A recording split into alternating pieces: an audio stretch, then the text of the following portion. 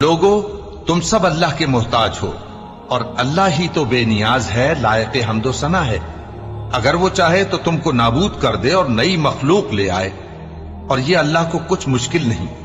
اور کوئی بوجھ اٹھانے والا کسی دوسرے کا بوجھ نہ اٹھائے گا، اور کوئی بوجھ میں دبا ہوا اپنا بوجھ بٹانے کے لیے کسی کو بلائے تو بٹایا نہ جائے گا، اگرچہ قرابت دار ہی ہو۔